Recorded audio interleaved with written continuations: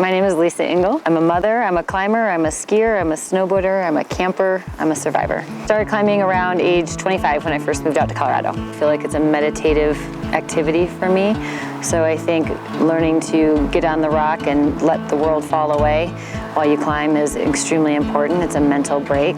Also, any challenges that you have on the rock that you persevere through carry into life as well. So it was April of 2018, I got the call while I was here climbing with my son and my husband, and it wasn't what you would expect. Basically, the way this journey began was that I went in for my annual examination. Nothing seemed irregular, but at the last moment when the doctor said, is there anything unusual or out of the ordinary, or do you have any questions or concerns, it clicked something for me that had been happening for the past couple months. I was diagnosed in stage 1C, which is incredibly rare. Only about 15% of the population diagnosed with ovarian cancer is diagnosed that early. Most people are diagnosed in stage 3 or 4. Which gives them about a 46% survival rate after 5 years. Being diagnosed in stage 1 will give me about a 92% survival rate after 5 years. So it's a very big difference, a very distinct difference. I was led to Hera after my surgery. I had a very distinct moment in time where I remember thinking, I'm really lucky. Sorry. I'm really lucky that I was diagnosed so early, and I didn't really have an appreciation for that until after the surgery. It was such a whirlwind. I just was told I needed surgery. I went in, I had the surgery to remove the cancer. I came out, I recovered, and then there was a period that I thought, wow, what just happened? And during that time, I started getting all of the statistics.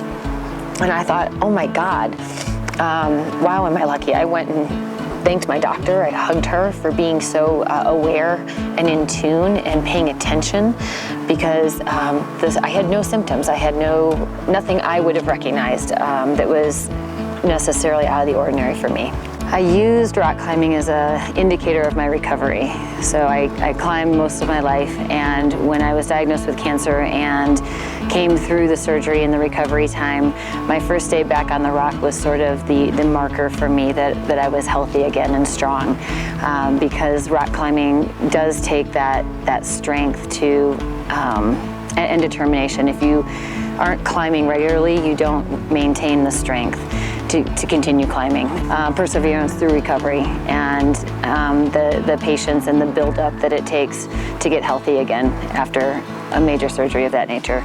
And rock climbing is the same way. To get better, you continue. You might have some weak days and some stronger days, but you keep going every single day.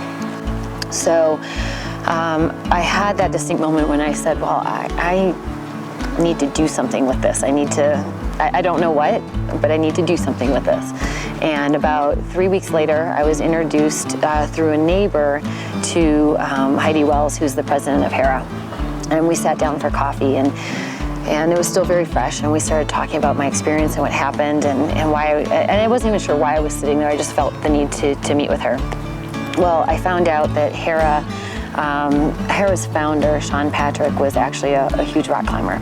So the organization was founded in rock climbing. And again, I thought, well, and I showed her the picture. I said, I was on the rock last week. That was my marker.